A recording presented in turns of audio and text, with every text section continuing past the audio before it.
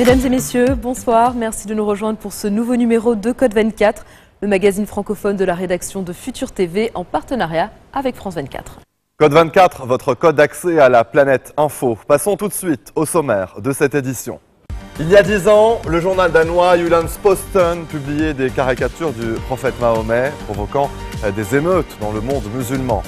Nous irons ensuite à Las Vegas où le mariage express ne fait plus vraiment recette dans la cité Casino.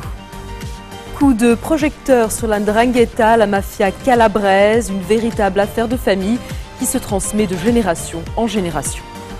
Avoir du style, c'est avant tout une question d'éducation. Après plus d'un siècle d'austérité, les hommes l'ont enfin compris et choisissent eux-mêmes leur tenue sans passer pour des invertis.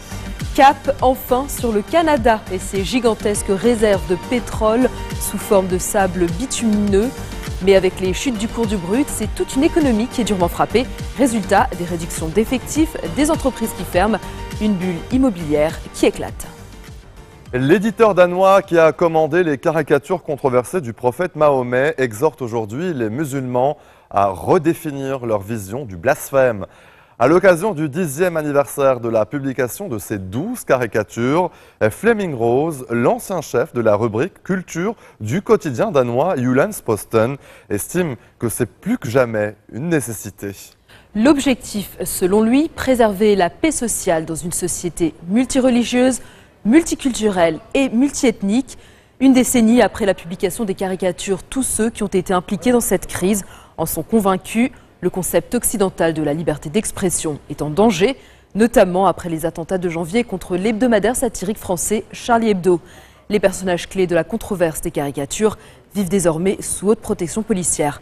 Malcolm Brabant, Anne Maillet. Kurt Westergaard compte parmi les personnalités les plus méprisées de la planète. Sa maison au Danemark est une véritable forteresse. Il y a 5 ans, un homme d'origine somalienne a tenté de s'y introduire pour le tuer.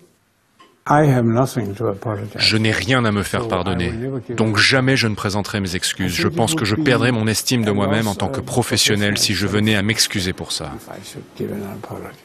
L'original de la caricature de Mahomet affublé d'un turban en forme de bombe n'est pas affiché chez lui.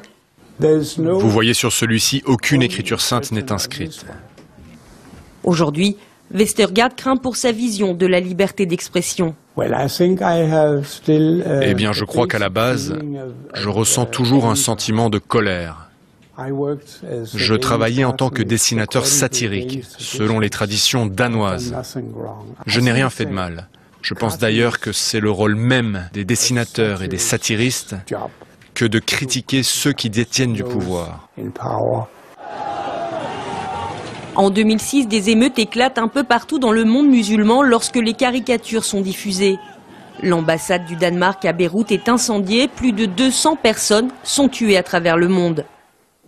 Pour Imran Shah, le porte-parole de la société islamique que nous retrouvons dans la mosquée la plus influente de Copenhague, aucun compromis n'est possible sur ces caricatures.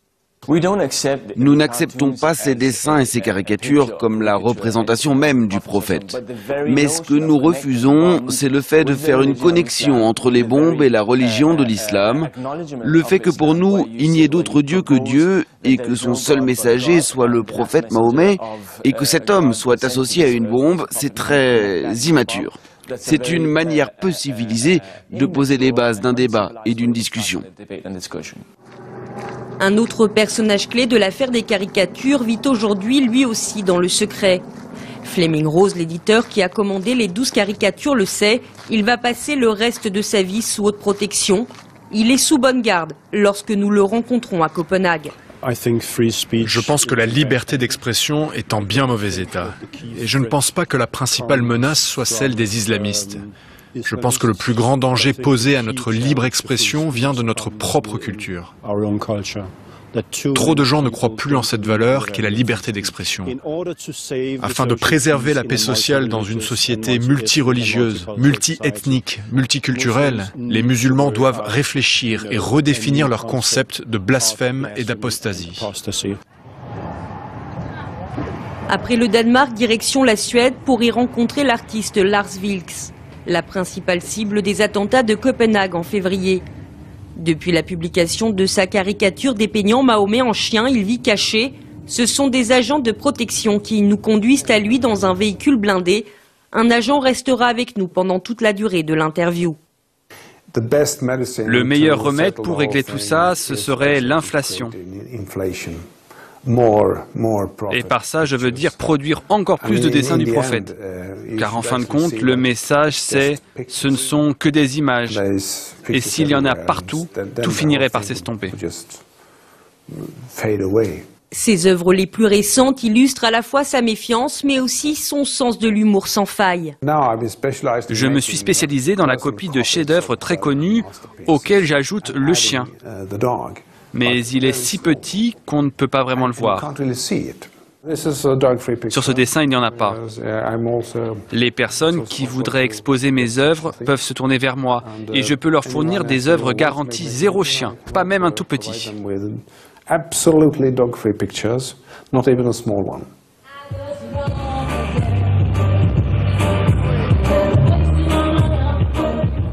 Retour à Copenhague, où 30 000 personnes sont descendues dans la rue au mois de septembre pour dire non à la politique anti-immigration du gouvernement danois. Ici, le ton est plus consensuel.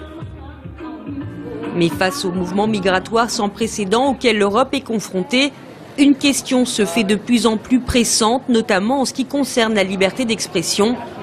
Les nouveaux arrivants doivent-ils se plier aux valeurs occidentales ou est-ce à l'Europe de s'adapter ? Pour ces femmes, aucun doute, la confrontation ne résoudra rien. Le fils de Caroline Adam, Lucas, a rejoint l'organisation État islamique après sa conversion à l'islam. Il est mort il y a quelques mois à Kobané en Syrie. Ousma Ahmed, elle, est danoise d'origine pakistanaise. Elle milite pour l'égalité dans l'un des quartiers les plus multiculturels de Copenhague.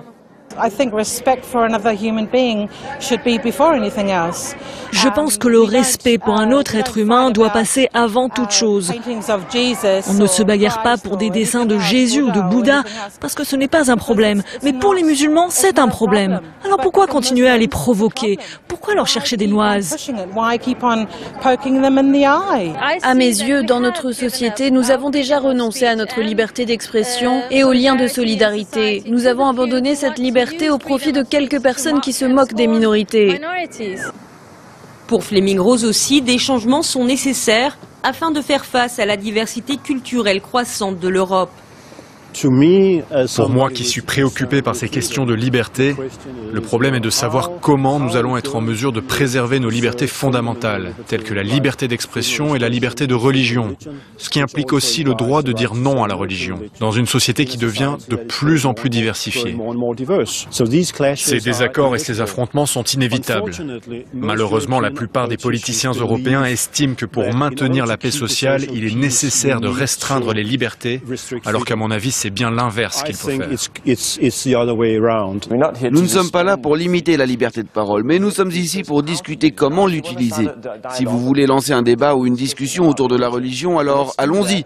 Mais trouvons une plateforme commune de dialogue basée sur le respect au lieu de ridiculiser et de marginaliser une minorité qui l'est déjà beaucoup au sein de nos sociétés.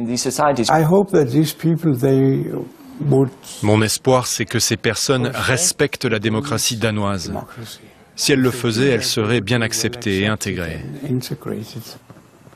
À 80 ans, Vestergaard se prépare à finir ses jours sous protection et se demande comment l'histoire le considérera.